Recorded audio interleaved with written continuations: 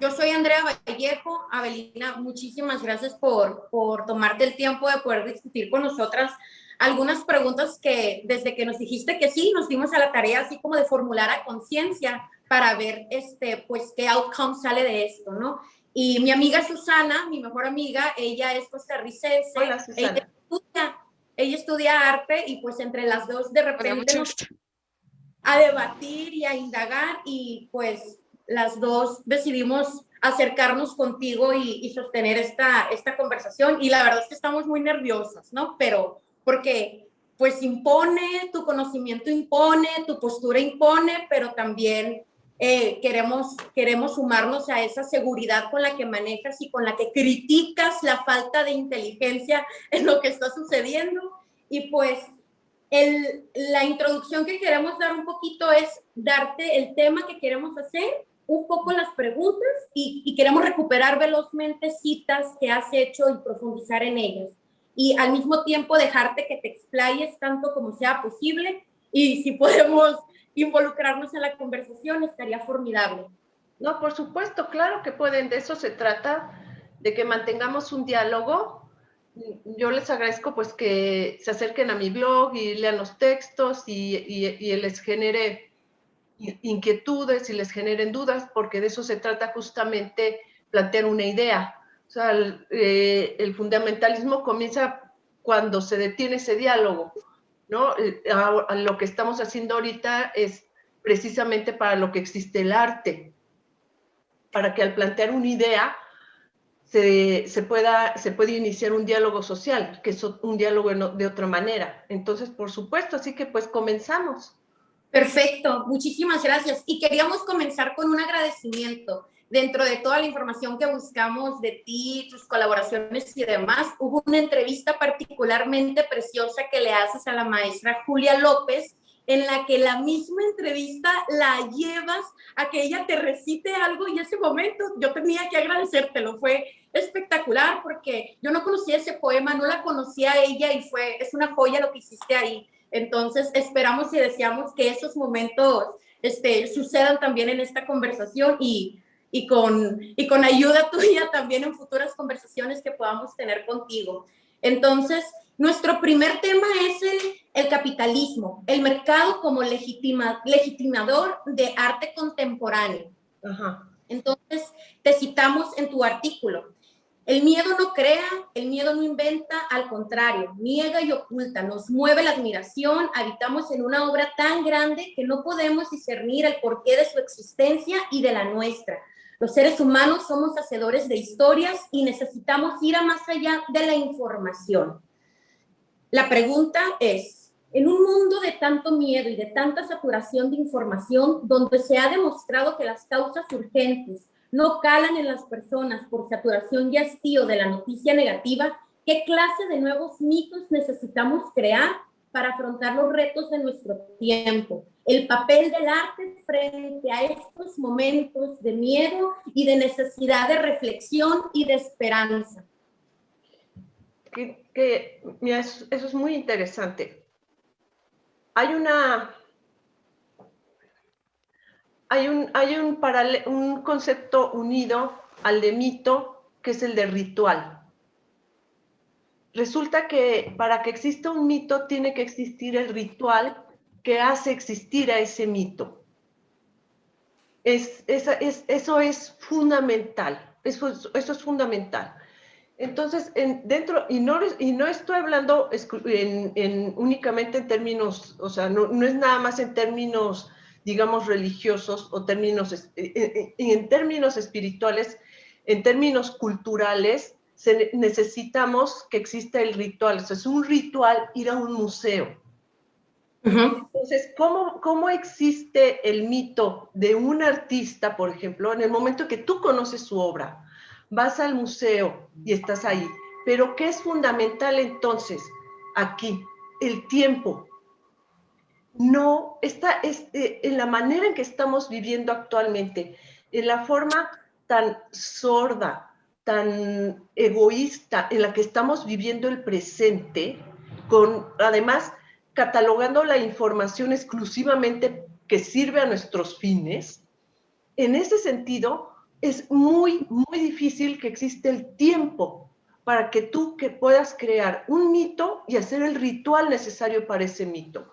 O sea, el tiempo para ver el arte, el tiempo para darle espacio al arte. Si algo necesita el arte es justamente tiempo. Necesita tiempo para hacerse, necesita tiempo para pensarse. Tú como espectador necesitas tiempo para observarlo, para entenderlo, para discutirlo, para disentirlo incluso, y tiempo para recordarlo. O sea, regresamos al arte a través de la memoria. Y con esta avalancha de información, ni siquiera tenemos memoria. O sea, recibimos algo, lo desechamos, lo recibimos, lo desechamos, lo recibimos, lo desechamos. Y somos voraces, queremos más, queremos más, queremos más. Y entonces, por eso hay esa carnicería de información. Se echa en las redes muchísima basura y la gente está tragando la basura, tragándola. O sea, entran y que un youtuber dijo no sé qué y que alguien tuiteó no sé cuál y todo el mundo está así sobre eso y dices, silencio. Necesitamos tiempo. Pero Avelina, no compartes con nosotros de que eso se está viviendo de esa manera por el consumismo voraz en el que vivimos. Es decir, hubo un momento en el que dejamos de cuestionar lo que estaba sucediendo en nombre como de este progreso, que no entendemos el progreso hacia dónde va, o si el progreso se trata de la destrucción de la especie, porque honestamente hemos llegado a conversaciones, la Susana y yo, en el que decimos, si el arte no se rescata, estamos podridos, el arte es lo único que nos va a levantar. Y llegamos a cuestionamientos en los que pareciera que la gente ve el arte como algo accesorio, que es algo que Susana dice así a cada rato, ver el arte como algo accesorio y no como algo que nos va a salvar, que es tan importante como la salud misma. Exactamente. Entonces, es la salud espiritual, intelectual de la sociedad misma.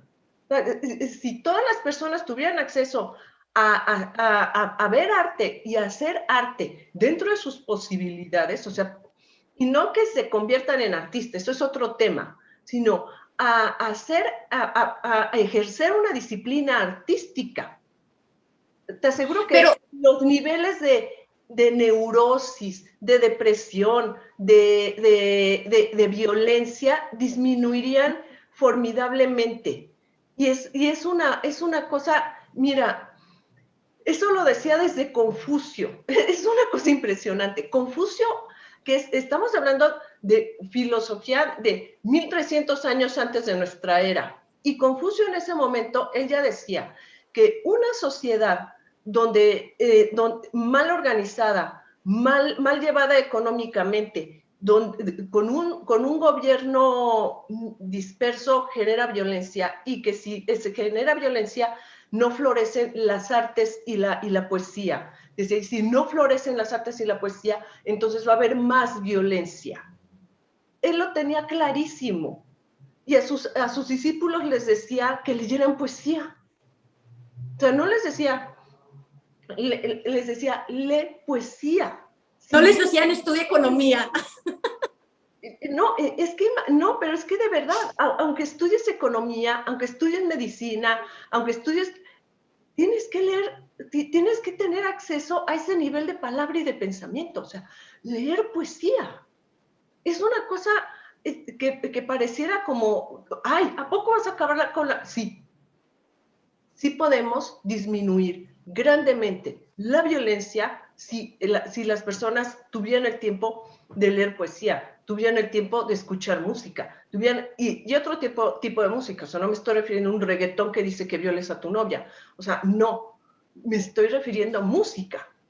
Entonces, el problema, sí es regresando a lo que dijiste, Andrea, sí es el consumismo. O sea, sí estamos consumiendo esa información y todo eso que nos echan en las redes y todo eso con la patología en las que se ha fundamentado el consumo como forma metódica para construir el capital. Entonces, por eso estamos ya embebidos en eso y consumimos y consumimos y consumimos. Ahora, ¿cuál es el problema? siempre he pensado que es falsa esa expresión que tiene muchísima gente que dice, tú lee de todo. No. El problema con leer de todo o aceptar todo tipo de información o meterte cualquier cosa en la cabeza es que todo eso sí se queda en la memoria. O sea, sí te vas deteriorando como ser humano y sí te vas deteriorando como espiritualmente si tú no eres capaz de discriminar, y discriminar no es una palabra negativa, o sea, hemos convertido en negativas palabras que no vienen al caso. O sea, discriminar es saber separar lo bueno de lo positivo de lo negativo, es simplemente eso. Como escepticismo, ¿no? Que la gente piense que escepticismo es ir en contra y no nada más dudar. Y está muy bien dudar, o sea, somos seres inteligentes, tenemos que dudar, tenemos que cuestionar. Claro.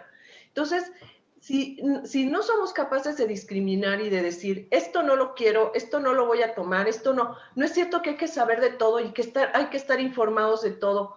Eso es falso, eso es falso. De verdad debemos acercarnos a lo que creemos que es lo mejor para nuestro espíritu. Es una materia muy delicada a nuestro espíritu, es una materia increíblemente delicada a nuestra inteligencia. Y eso nos ha hecho muchísimo daño. Ahí, yo quiero retomar una pregunta, nada más. Un poco para seguir con las... Ay, solo quiero hacer un comentario rapidísimo antes de que se me vaya la idea. Hablas de la disciplina. Y la disciplina es probablemente lo más ausente que existe ahorita en relación con los artistas. O sea, ves lo flojo que son las propuestas, que no es nada más que el reflejo de falta de disciplina en muchas otras materias, y que al final lo que estamos viendo en exposiciones en museos es eso, o sea, el resultado de la carencia, de la falta de la cultura del esfuerzo.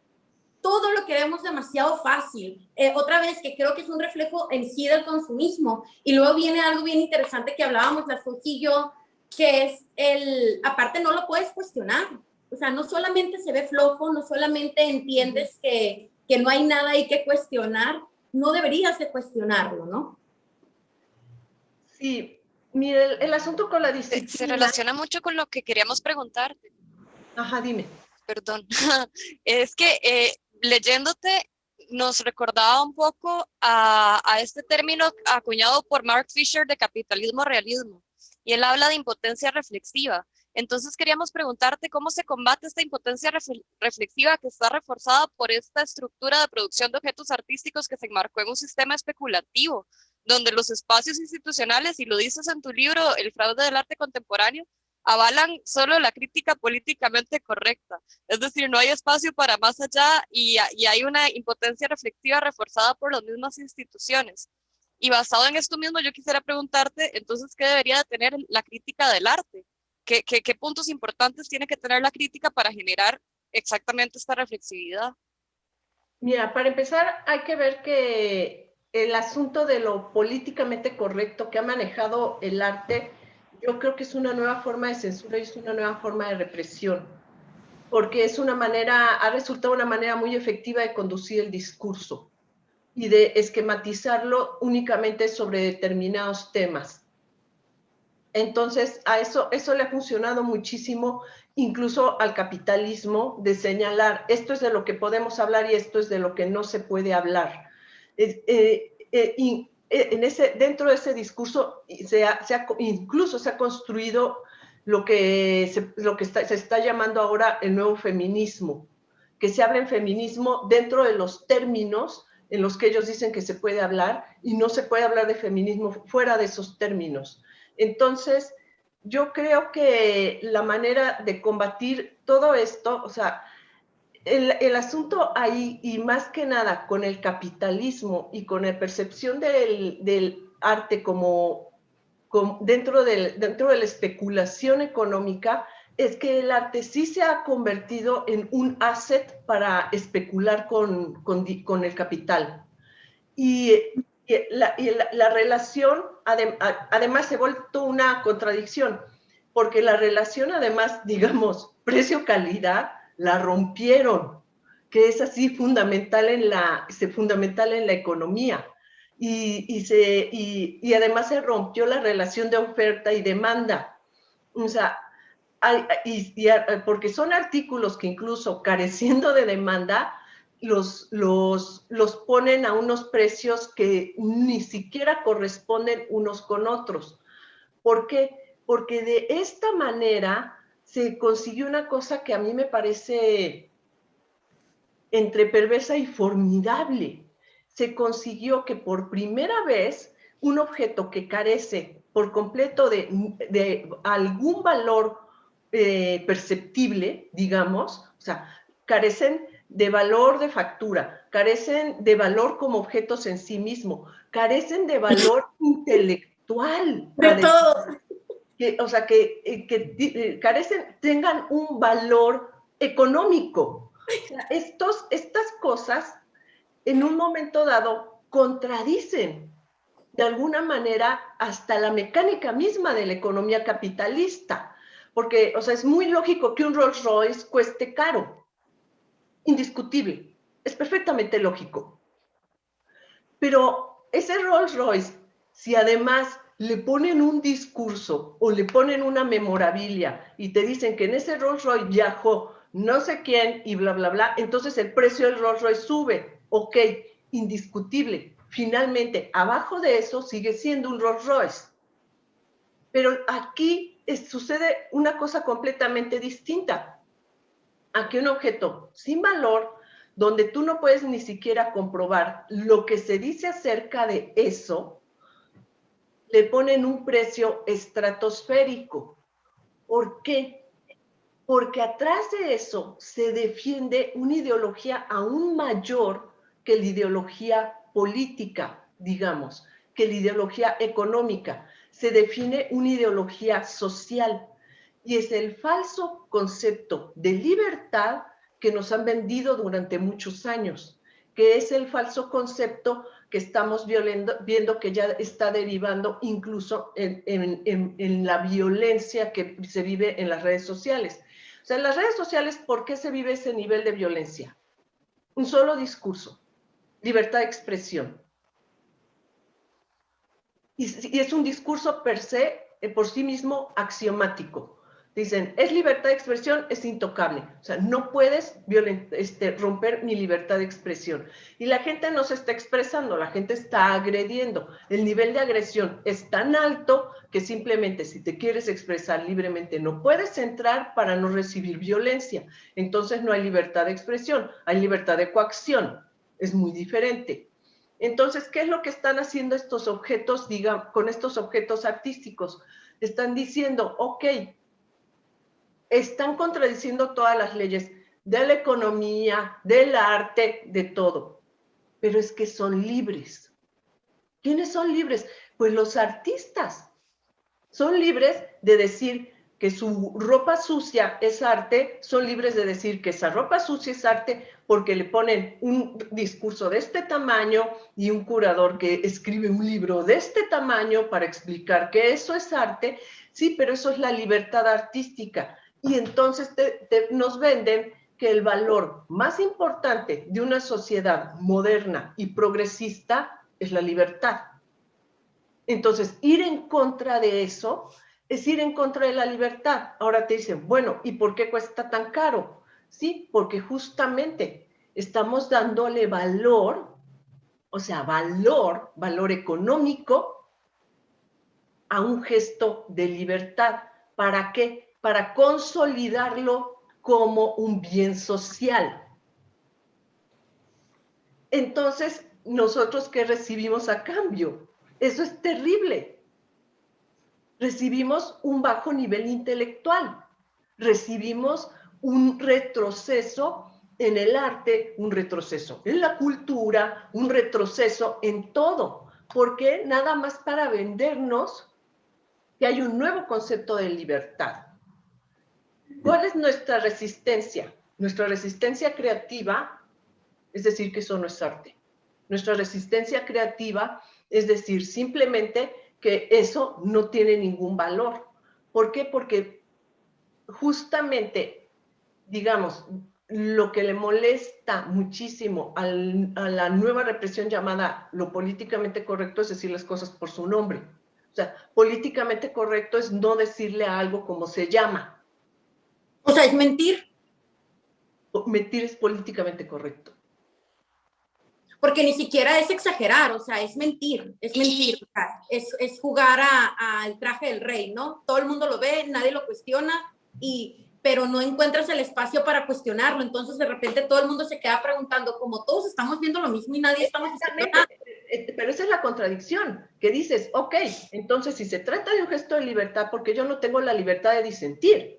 O sea, ¿por qué yo no tengo la libertad de decir esto no es arte? Entonces, si yo digo no, esto no es arte, ¿qué es lo que me dicen? Eres inculta, no entiendes, no sabes, no esto, no lo otro. Entonces, eso es falso. O sea, te das cuenta ahí que no es un espacio ni de libertad, te dicen, por ejemplo, es que estas obras son para detonar un diálogo. Y cuando el diálogo comienza, cuando tú dices, oye, pero esto no es arte, ¿por qué? Porque no reúne ninguna de las características que yo espero ver de un objeto artístico. ¿Por qué? ¿Por qué debería de reunirlas? Porque yo cuando espero encontrarme con un mouse en mi computadora, quiero ver esto. Y quiero ver que el mouse funcione y que sea un mouse. O sea, de eso se trata, ¿no? De eso se trata el conocimiento.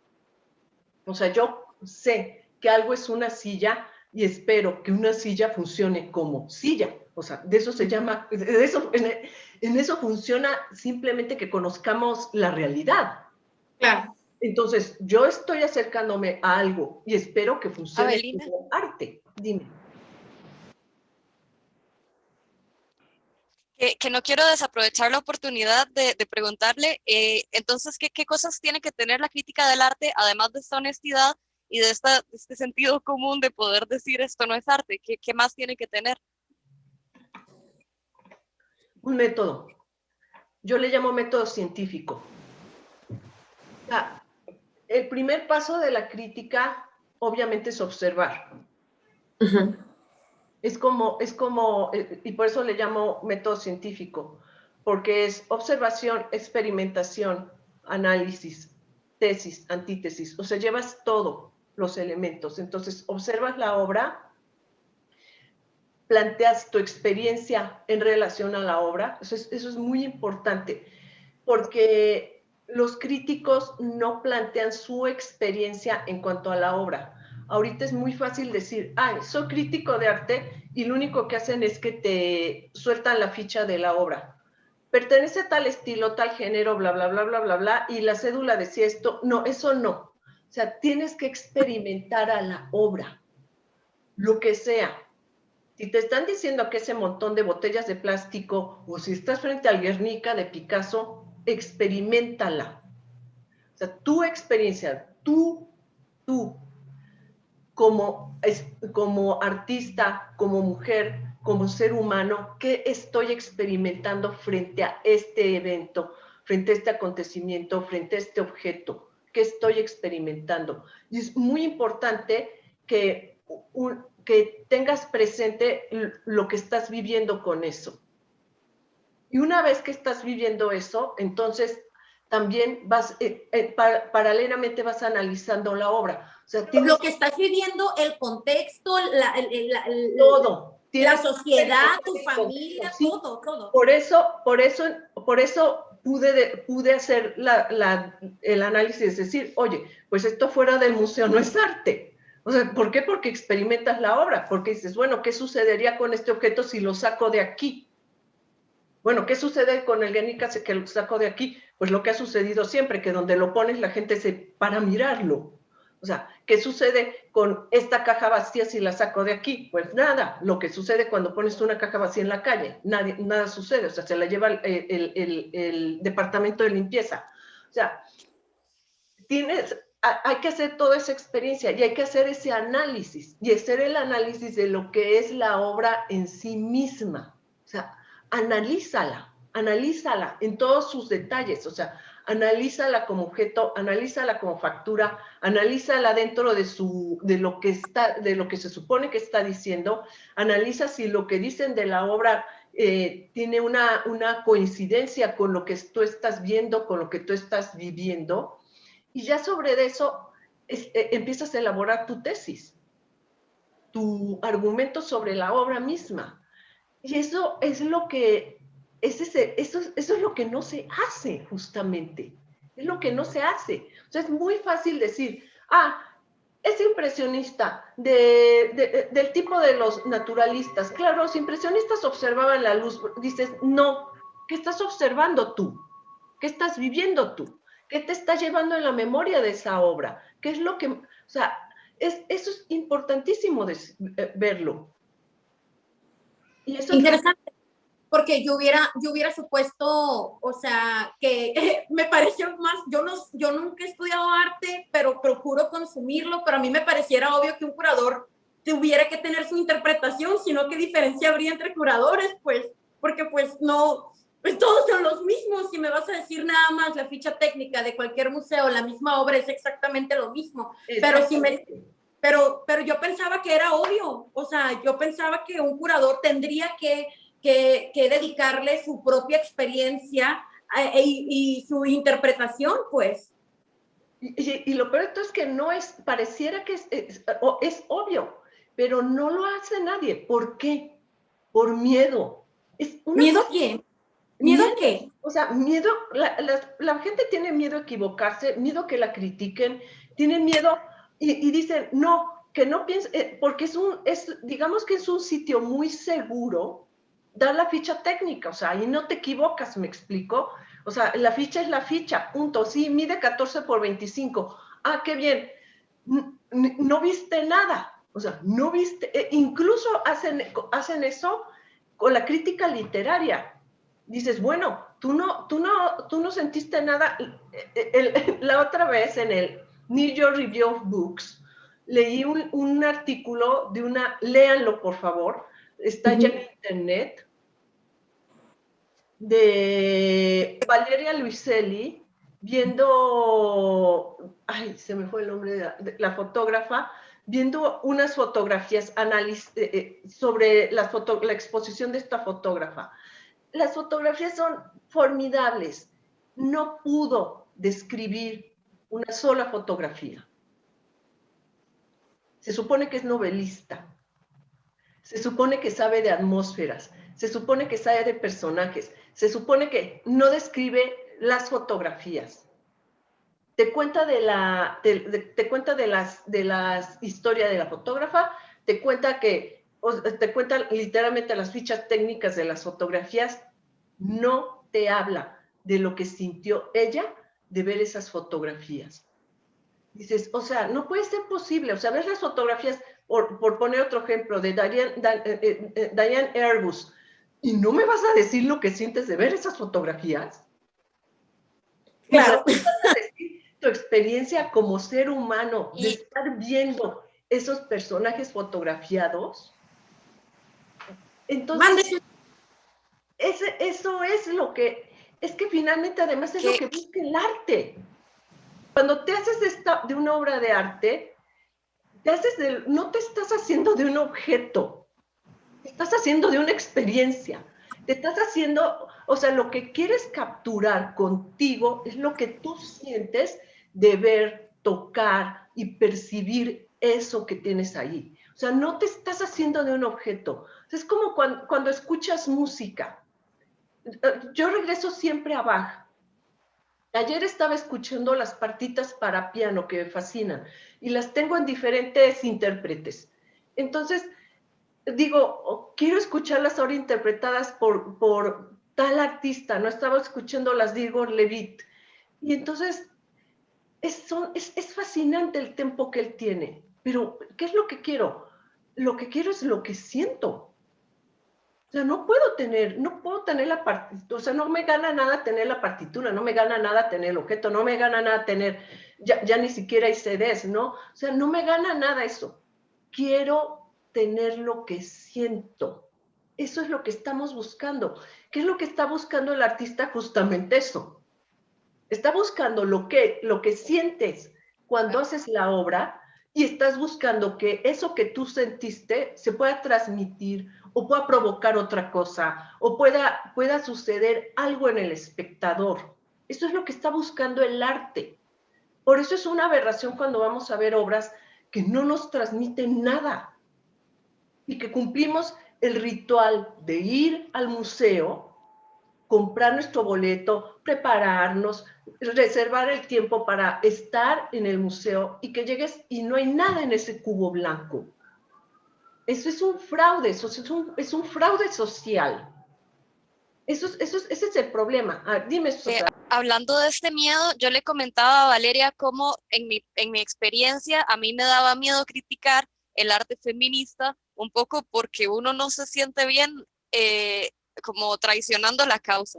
Pero me gustó muchísimo ver la crítica que haces al arte feminista en tu libro, porque es la experiencia que tenemos muchos cuando vamos y vemos estas cosas tan escatológicas que dejan poca reflexión. Y al mismo tiempo, los museos hacen uso de estos espacios para legitimar sus propios discursos. Hacen uso del greenwashing, del pinkwashing, del purple washing. Entonces te quería preguntar, ¿cómo se puede evitar que el tema se vuelva a la obra, que lo mencionas en tu libro?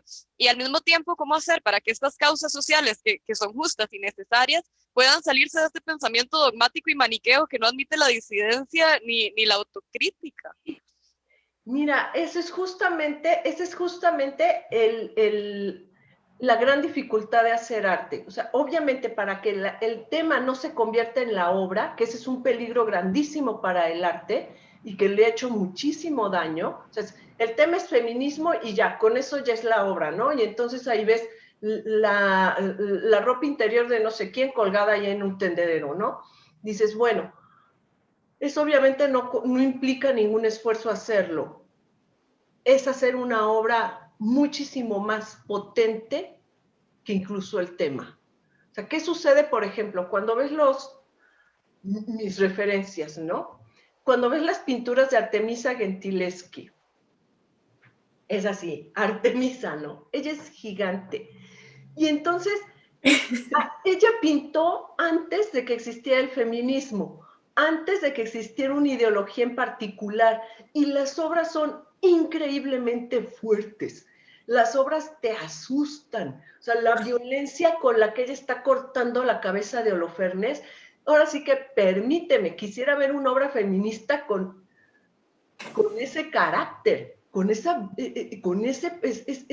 potencia, el odio con el que está cortando la fuerza en el brazo.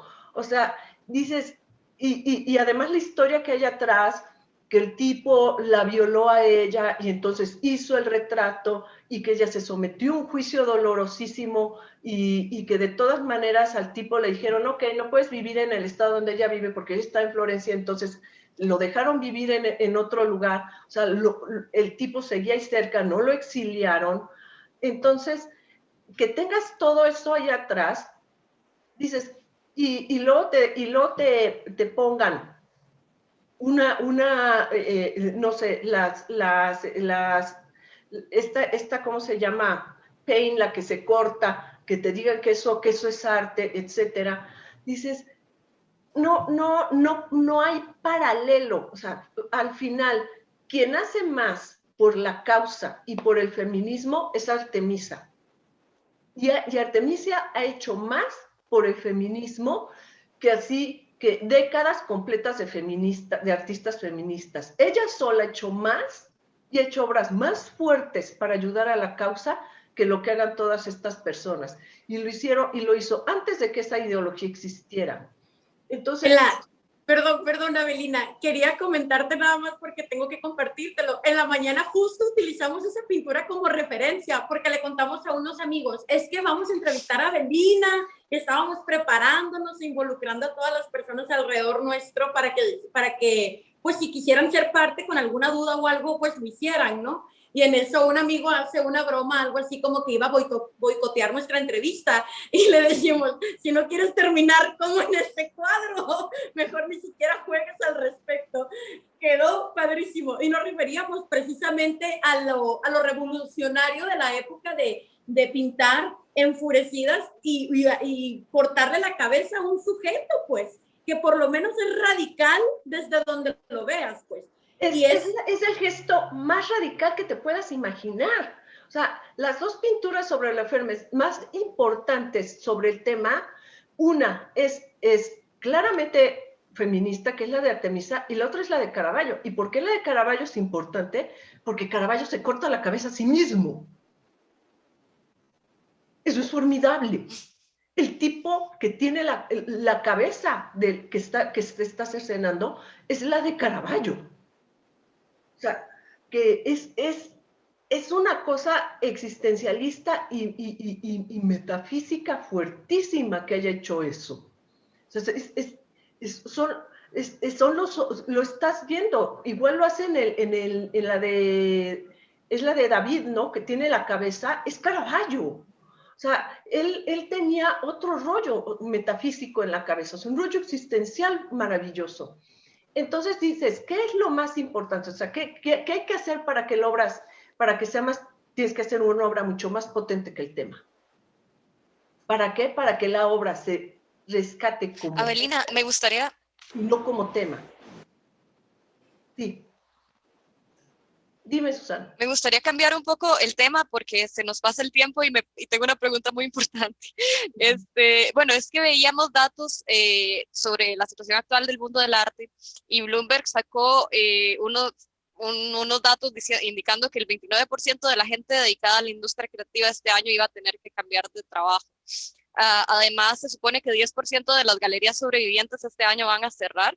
Y luego leíamos que la OMS estima que 46% del mundo tiene acceso a Internet y el cambio provocado por la pandemia ha hecho que los espacios artísticos apuesten por las tecnologías digitales para sobrevivir. Entonces te queríamos preguntar qué futuro es para la industria creativa y cómo crees que se pueden salvar estas grandes distancias, estas grandes inequidades que existen en el mundo aún, cómo que más que hacer el arte más democrático está haciendo todo lo contrario. Mira, a mí me preguntaron hace poco también que cómo iba a salir, que el arte contemporáneo estaba en crisis, o sea, el que yo llamo arte VIP. Ay, que esté en crisis y se muera. Y yo les dije que ese arte siempre había estado en crisis. Mira, lo que sí está sucediendo ahorita, y yo creo que los datos de Bloomberg son otra cosa, porque obviamente Bloomberg está muy pegado a todas las cotizaciones, todas las casas de subastas y etcétera. Mira, yo creo que lo que va a suceder ahorita es que se va a clarificar muchísimo y se va a poner muchísimo orden en el mercado del arte, y yo creo que va a ser una cosa positiva. Porque mira, no hay que tener miedo. Yo lo primero, y más tú que te dedicas al arte y tal, en primer lugar, no hay que tener miedo. Estamos hablando ahorita de Artemisa y de Caravaggio, la peste. O sea, el mundo pasó por la peste. Se murió la tercera parte de la población europea, o sea, se murió todo el mundo. Y la gente seguía produciendo arte y la gente seguía creando arte. Vino el mundo, mira, vamos a partir de una cosa, el mundo nunca ha sido perfecto. Ahora sí que si algo ha tenido nuestra sociedad es el infantilismo de creer que el mundo es perfecto y que alguien nos va a entregar la felicidad hecha y tal. O sea, la vida, de verdad, como les digo, la vida no es un anuncio de Coca-Cola. No, el mundo nunca ha sido perfecto, el mundo siempre ha sido difícil, la realidad siempre ha sido difícil. Y el arte siempre ha sido una carrera difícil. Ahora, ¿qué es lo que va a pasar ahorita? Que van a cerrar el 10% de las galerías en Estados Unidos, muchas de ellas nada más vendían basura. Yo he ido a infinidad de ferias de arte. Aquí en México se abrían galerías en un garage a las que el gobierno les daba dinero y entrabas y estaba la partida de nacimiento de no sé quién expuesta. Estaban, o sea, basura. O sea, si todo eso sería algo que podríamos agradecer, ¿no? O sea, esos números, o sea, está sucediendo una depuración. Se va a depurar, esa es la realidad, se va a depurar muchísimo del arte, se va a depurar. Ahora, lo que sí va a suceder, que los que van a vender son los que tengan literalmente, ahora sí, algo que vender. O sea, sí va a ser muy difícil que ahorita alguien venda un performance, va a ser muy difícil, qué bueno, nunca lo debieron de haber comprado.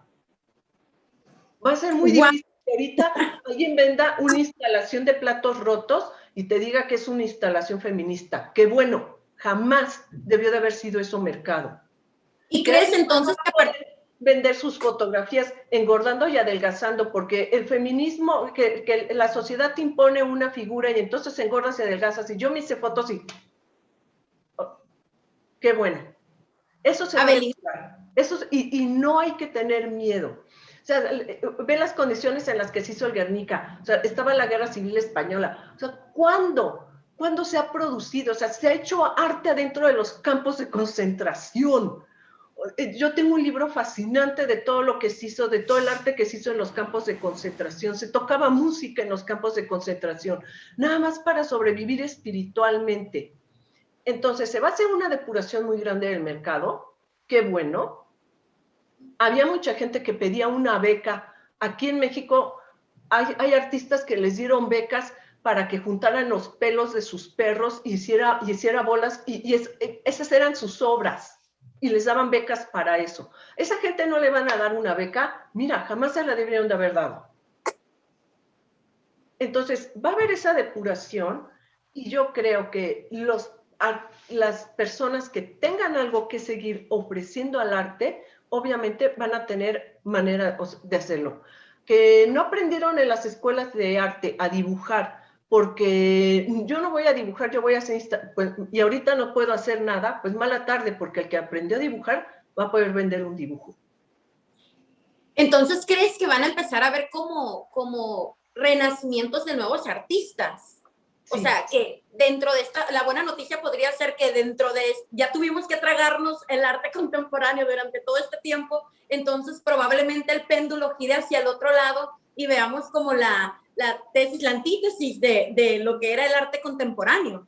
Yo creo que va a suceder una cosa muy similar, porque ahora sí vamos a necesitar, o sea, yo creo que ya no hay espacio de verdad para esas cosas, y ya no hay, o sea, simplemente ya no hay espacio económico, ya no hay ni espacio físico. O sea, además ahorita con las condiciones de disque higiene, quiero ver que se pueda hacer un performance de alguien vomitando en un museo. O sea, por favor. O sea, eso yo creo que eso ya lo... yo creo que el proceso tiene que ser justamente como dices, Andrea, que vuele el péndulo hacia otro lado y ya salga de verdad el arte. Por eso yo creo que no hay que tener miedo, hay que ser muy optimistas y pensar eso, de verdad, nunca la realidad ha sido amable para el arte.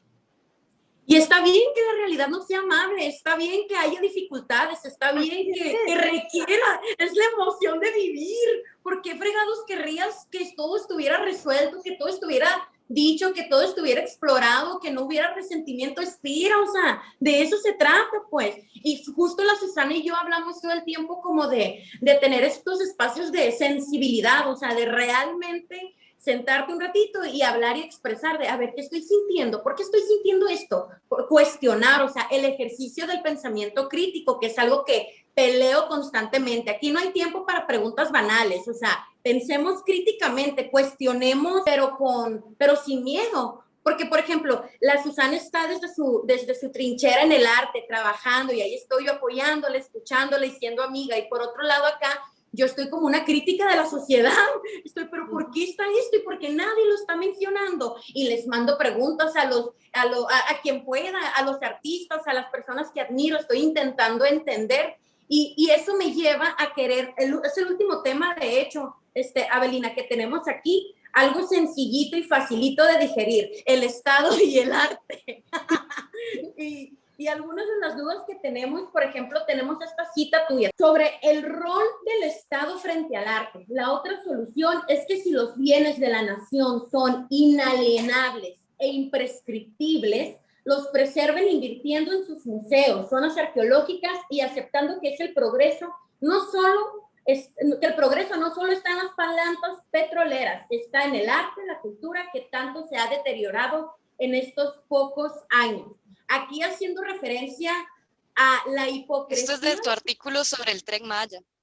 Exactamente, o sea, la hipocresía con la que se está manejando todo. Y todos así jugando a que nadie se da cuenta y a mí me altera profundamente, me altera la hipocresía y pues, ¿qué tienes que decir al respecto, Avelina? Fíjate, eso es una cosa que es, aquí concretamente, bueno, ese es un problema en general de los países en América Latina, la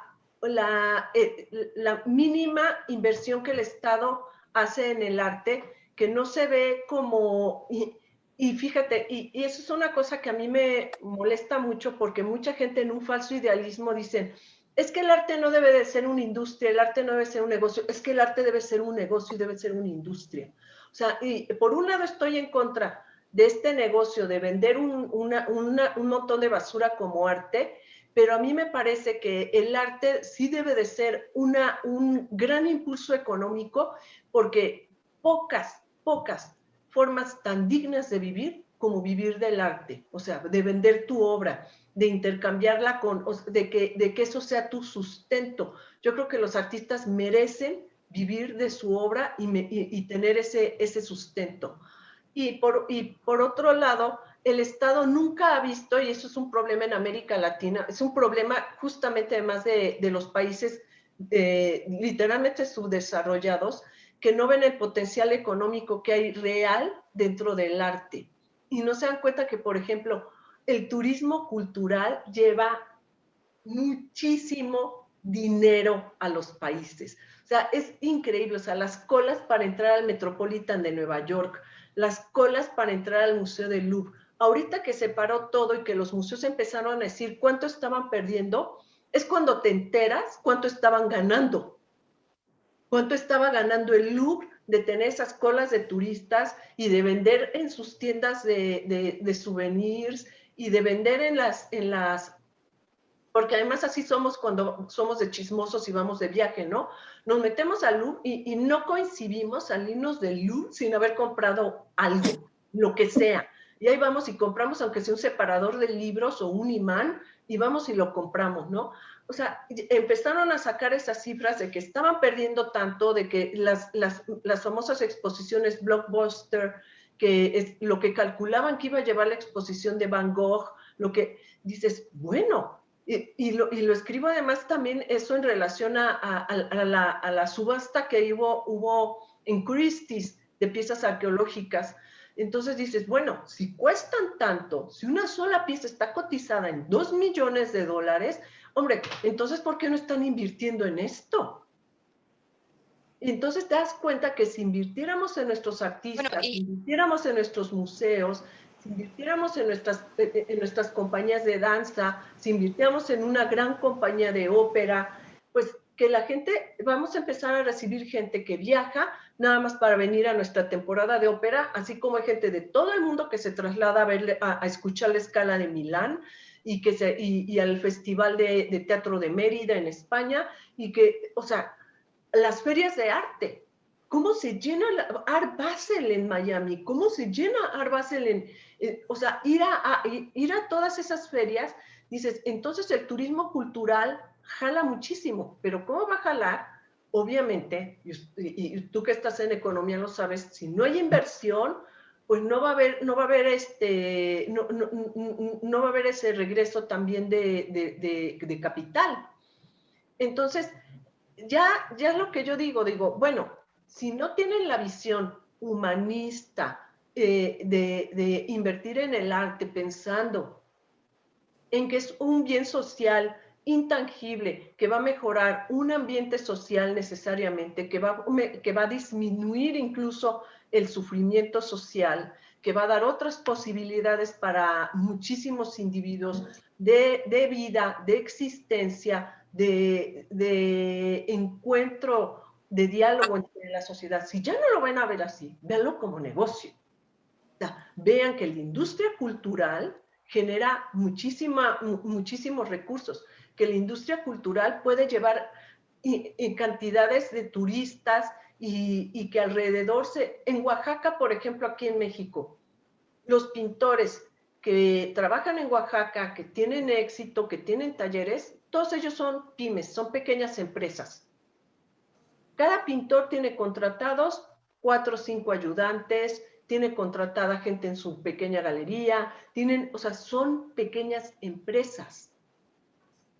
Entonces te das cuenta que todo eso genera capital. Dices, bueno, inviertan en él. Belina, pero entonces sería imposible pensar que a nadie en nuestro gobierno se le haya ocurrido que se pueda hacer negocio de eso. Ellos son especialistas en hacer negocio de cualquier cosa. ¿Por qué no les ha girado la ardilla de decir, es hora de hacer negocio de esto? Y que de alguna manera, por consecuencia, nos beneficia a quienes queremos consumir arte. Exactamente, es increíble. O sea, pareciera que no han viajado nunca y que no han hecho una cola enorme por entrar al Met de Nueva York y que no han hecho una cola enorme por entrar a... Ve en Venecia, o sea, en Venecia te tienes que formar en todos lados. O sea, vas a Florencia, para entrar a los Uffizi, o sea, para entrar al Duomo de Florencia, si no compras los boletos un mes antes y no puedes entrar de la cantidad de gente que está ahí. O sea, es un gran negocio.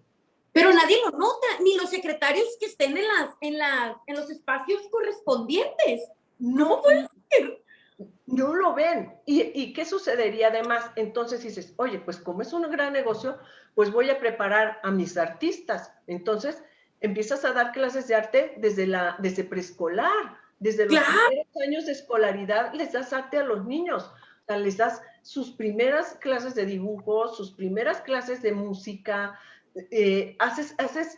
Ya para que en carrera profesional ya lleguen con otra preparación, pero ¿qué es lo que estás haciendo? O sea, no estás, que eso es muy importante.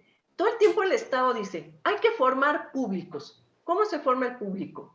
Bueno, si tú a los niñitos chiquitos les dices, vamos a escuchar música, vamos a aprender a dibujar, ¿sabes qué va a suceder con esos niños?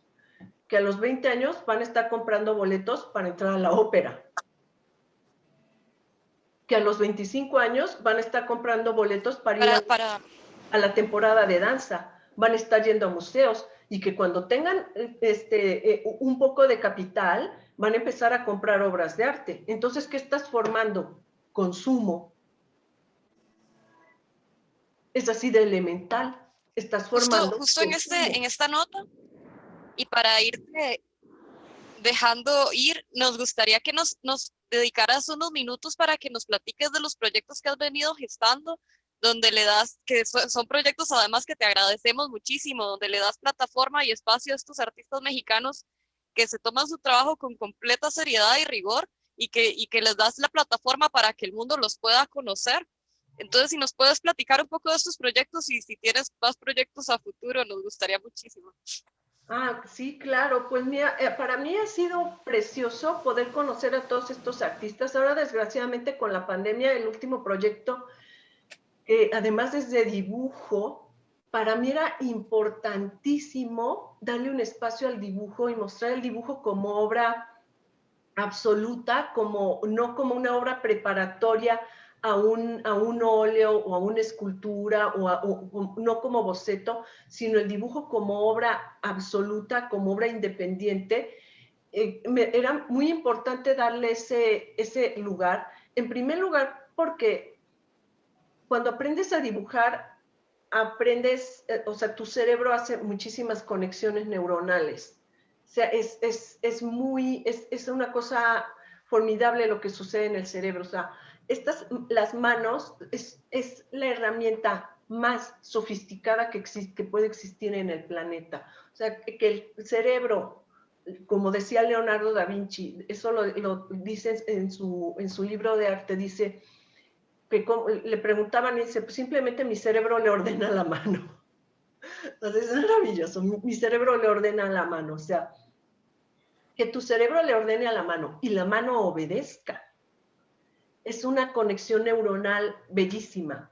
Entonces, para mí era muy importante dar a conocer el dibujo en esa dimensión y que el público aprecie un dibujo como una pintura, o sea, que no tiene que ser así el color, la obra grandota, sino un dibujo y que pueda decir tanto. Y mi sorpresa fue que busqué muchísimos artistas, algunos de ellos están especializados exclusivamente en dibujo, ellos no hacen color, no hacen otras técnicas, hacen exclusivamente dibujo, y que muchos que eran pintores me dijeron, gracias por ponerme a dibujar otra vez. Wow. Y me di cuenta que todavía tenía mano para dibujar. Y algunos hasta me dijeron, voy a hacer una colección de puros dibujos. Eso es muy bonito, o sea, te da muchísimo, es cuando te das cuenta que el arte está muy vivo, que el arte está ahí completa y que es que esa comunicación a través de la creatividad, a través de una idea tan abstracta como lo que pones en un dibujo, nos da otro nivel como seres humanos. O sea, existe otro plano espiritual para trabajar.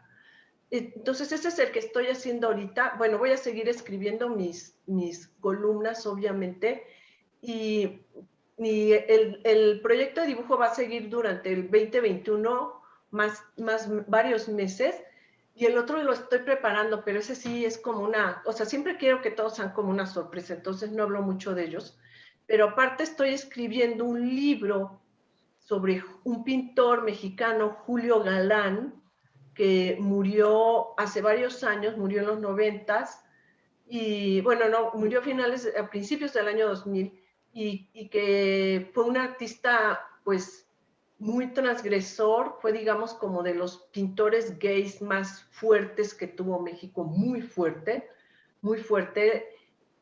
Además vivió en Monterrey, entonces es una sociedad muy cerrada, y tuvo una vida muy intensa, muy turbulenta, y lo estoy escribiendo con una amiga, Mara Sepúlveda, que ella conoció a Julio Galán, fue su amiga, tiene cartas de él, fotografías, llevaron una vida muy como de familia. Entonces estoy haciendo ese libro y esperamos que salga en octubre. Ay, qué padre. Avelina, pues no sabemos si tenemos más tiempo o no, pero me encantaría no desaprovechar la oportunidad de dejar la oportunidad abierta para que vuelvas siempre que quieras. Nosotros te queremos siempre. Entonces, podemos hacer más preguntas y aparte del proceso mismo de la entrevista, prepararnos para este momento. Nos llevaste a lugares y a conocer artistas que de otra forma no lo hubiéramos hecho. O sea, nos tomamos la tarea muy en serio de profundizar, ¿y qué pasa si nos pregunta esto? ¿Y qué pasa si viene este tema? O sea, realmente como de construir algo de valor, de tener una conversación con alguien que admiramos profundamente y que es una delicia poder platicar contigo y con la Susana. Con Susana platico muy seguido, pero hay algo en la manera en la que comunicas las ideas también que es artístico en sí, muy independientemente que seas crítica de arte. Yo aprecio muchísimo la postura y las palabras que eliges y en general soy gran admiradora de tu inteligencia. Ay, muchas gracias, Andrea. Gracias. Pues mira, yo tengo así como una agenda